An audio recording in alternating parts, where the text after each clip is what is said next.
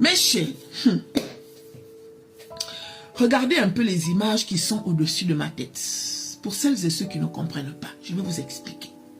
Le monsieur que vous voyez sur cet écran, il s'appelle Razif Nurgaliev. C'est un professeur de physique russe.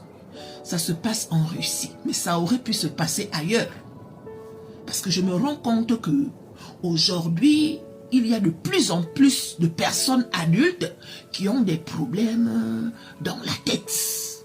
Ils sont de plus en plus nombreux.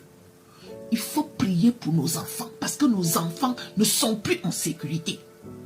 Est-ce que vous comprenez? Nos enfants ne sont pas en sécurité.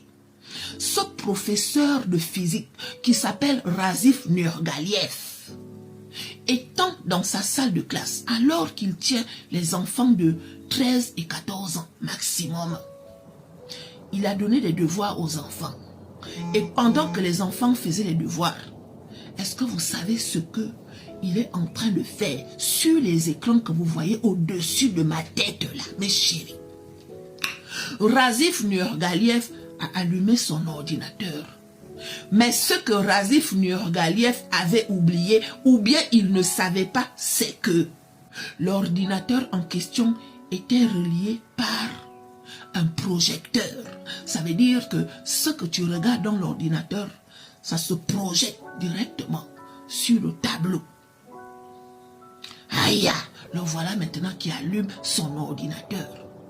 Et tout d'un coup, les images qu'il voyait à travers son ordinateur, pendant qu'il souriait, pendant que de temps en temps il sortait sa langue, il faisait les yeux un genre, le genre là, devant les enfants, ne sachant pas que il y a le projecteur qui projette ce qu'il voit dans l'ordinateur au tableau.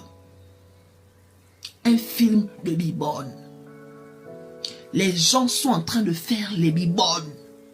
Le monsieur, il est tellement gourmand. Le monsieur, il est tellement en manque. Le monsieur, il est tellement impatient. Il ne se contrôle pas. C'est dans une salle de classe où il y a les enfants de 13 et 14 ans que le monsieur décide de regarder son film de bibonne. Maintenant, ce genre de personne-là, à quel moment il doit être un professeur? À quel moment? Je suis désolée. Hein. Je suis désolée. Il n'est pas digne en fait. Il n'est pas digne. Et ils sont nombreux comme ça. Là. Ils ne sont pas dignes d'enseigner nos enfants. Ce ne sont pas des exemples. Ce ne sont pas des modèles. Je suis désolée. D'où tu viens regarder un film de bibonne dans une salle